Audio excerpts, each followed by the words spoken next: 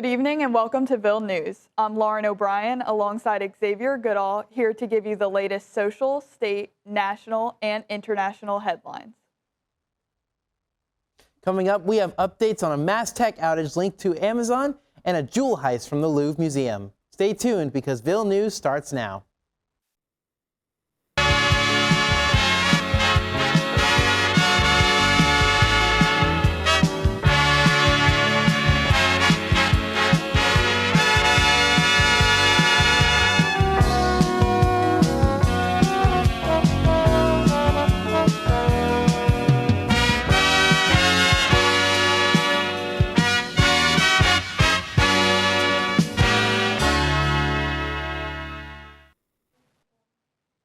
A mass outage of Amazon Web Services occurred Monday, October 20th.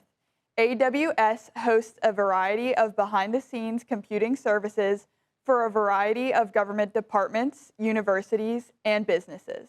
This outage affected people across the country and even the world, preventing them from connecting to services used for work, video games, and even social media platforms such as Snapchat. The outage even affected D2L, a service Millersville students use for their classes. The Seattle-based company explained that the problems were centered at the Virginia-based data center region.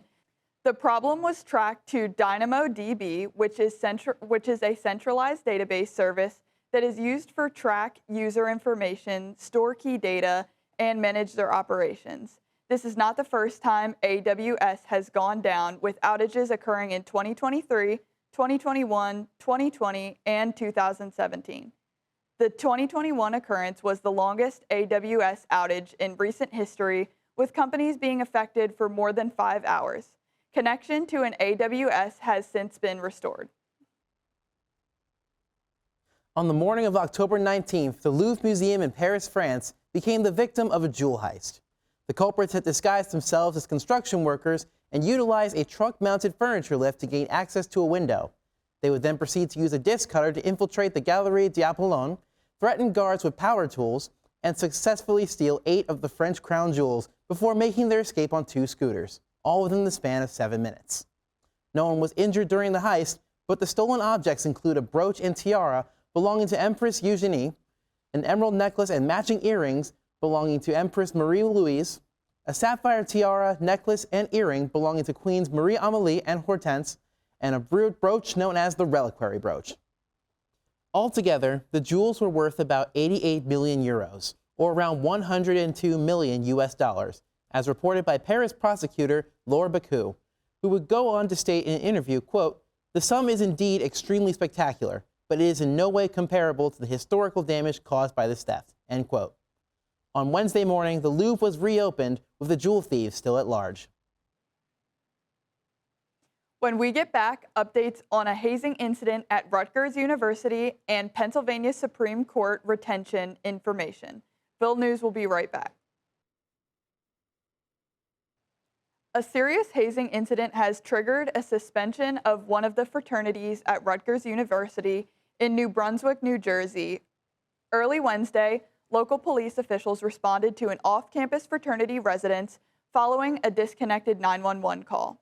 When officers arrived, they found a 19-year-old Rutgers University student unresponsive. He was rushed to Robert Wood Johnson University Hospital in critical condition. Following the event, the National Organization of Alpha Sigma Phi and the university placed the chapter on a term suspension and ordered a cease and desist on its activities while investigations proceed. The National Organization made a statement, quote, "Hazing has no part in the Alpha Sigma Phi experience. If it is determined that undergraduate members haze, the chapter will be closed and any member involved will be permanently expelled," end quote. As of now, the fraternity chapter remains suspended and the house has been declared an unsafe structure by officials. Rutgers University has said it is cooperating fully with law enforcement. On November 4th, Pennsylvanians are set to determine if 3 justices will keep their seats in the state Supreme Court. The 3 judges up for retention are Christine Donahue, Kevin Doherty, and David Wicht, all of which are Democrats. They have all individually served 10-year terms after their statewide elections and can serve an unlimited amount of terms up until they turn 75 years old.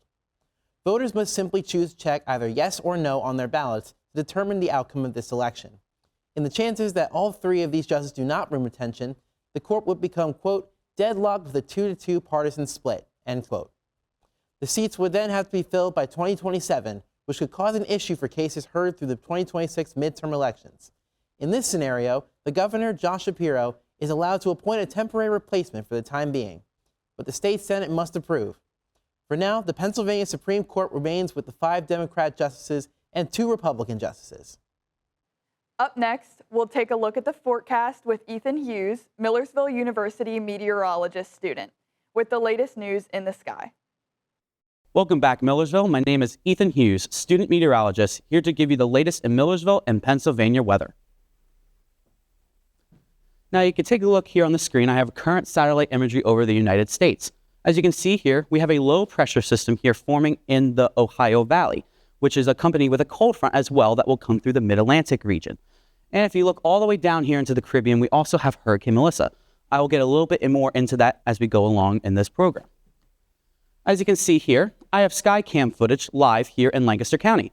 As you can see, we have clear and sunny conditions here, and which will lead to a nice clear and cool evening here in the valley. If you look at the climatology for today we had a high around 57 degrees, which is slightly below the normal average high of 60 degrees. We also recorded a low of 45 degrees, which is slightly above the average of 40 degrees. We did not record any precip today, and today was mostly sunny with some scattered clouds. And if you look again here into tonight, you can see we'll have mostly clear and cool conditions with lows around 43 to 47 degrees. Tomorrow will be partly cloudy with highs in 56 to around 60 degrees, and Wednesday will be mostly sunny with highs 53 to 57 degrees. And if we take a look at this map here, you can see we have Hurricane Melissa situated right down here with maximum sustained winds of about 175 miles per hour, moving north at about 3 miles per hour. It will be expected to strengthen over the next few hours as it makes its way towards Jamaica for landfall sometime later tonight or into Tuesday morning. We could see life-threatening storm surge of up to 15 to 20 feet. We could also see rain to about 2 to 3 feet as well, and many landslides as well, and rough surf and rip current conditions all along the Gulf of Mexico, as well as parts of the eastern Atlantic coast. And as you can see then too, it will enter Cuba as still a strong Category 4 hurricane, as it will make its way also through the Bahamas and out to the Atlantic towards Bermuda as a lower end Category 2 hurricane. And if we take a look at the screen here, we do have Hurricane Melissa here. You can see that the eye of the hurricane is currently strengthening. We have something called lightning convection in the eye, which basically indicates that there is still intensification that is going to still happen with the storm. And if you look at the colors here, you can see that the pink is tightening around the eye, which is again resembling intensification. We will then start to see a more northerly and northeasterly turn into Jamaica, which the eye of the hurricane will give you anywhere between 180 and 185 mile per hour winds. So there'll be devastating infrastructure damage into Jamaica. Jamaica is going to experience widespread flooding. There will be communication and technological issues for at least the next few months, as the storm is going to knock out most of the power grid and any of the cell phone services, anything like that. And if we take a look here into tonight, you can see temperatures across the United States. We'll focus more here on the Mid-Atlantic side. Mid-Atlantic, you can see anywhere from low to mid-30s to possible low 40s, clear and cool conditions. And if we take a look here into Tuesday, you can see it'll be mostly sunny skies with highs around the mid-50s and possible low 60s as well. If we take a look here into Tuesday night, you can see again it'll be nice and cool and clear conditions with low 30s to mid-30s possible for lows. And then if we take a look here into Wednesday, you can see all again mostly sunny skies with some clouds mixed in there with highs in the mid to upper 50s. And if we take a look here into Wednesday night, you can see we will see that storm system come in, and it will bring us beneficial rain, about ½ inch to 1 inch of rain, which will keep our temperatures above the normal average lows in the low to mid 40s and possible upper 40s as well. And then if we look into Thursday, you can see that we'll still have lingering showers and possible thunderstorms as the cold front and the low pressure system makes its way through, with highs in the low to mid 50s. So if you're going to class in the morning, make sure you take your ponchos and you take your umbrellas as you're going to class. And also for you people who are participating in the trunk or treat, just be weather aware that there could possibly be some showers as we get towards that time of trunk or treat. And If we take a look at the Euro model here, you can see that we have a high pressure centered over us here in the mid-Atlantic region. There will be a possible low disturbance that will go off the Atlantic that won't affect us here into Tuesday. However, if you look into Wednesday, you look into the Ohio Valley here, you can see that we have a low pressure accompanying with a cold front that will come through the region and bring us some heavy rain and some possible thunderstorms. About a half an inch to an inch of rain is expected. And as that storm system does come by, you will see a cold front come through, bringing us more windy conditions as we enter Friday and into the weekend. And if we take a look here at the 7-day, you can see at the beginning of the week here, we'll have highs in the mid to upper 50s with lows in the mid to upper 30s. And then as we go along here into Thursday, you can see that there will be a beneficial rain from that low pressure system with highs in the mid to upper 50s. And then the rest of the weekend, you'll see mostly sunny conditions with some clouds, but it'll be very windy with highs in the mid to upper 50s. And that is it for the weather for here. Thank you. And back to you, Lauren. Thanks, Ethan.